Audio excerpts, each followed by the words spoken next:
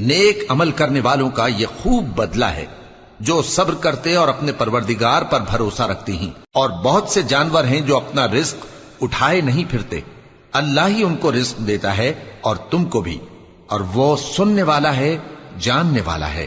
اور اگر ان سے پوچھو کہ آسمانوں اور زمین کو کس نے پیدا کیا اور سورج اور چاند کو کس نے تمہارے زیر فرمان کیا، تو کہہ دیں گے اللہ نے۔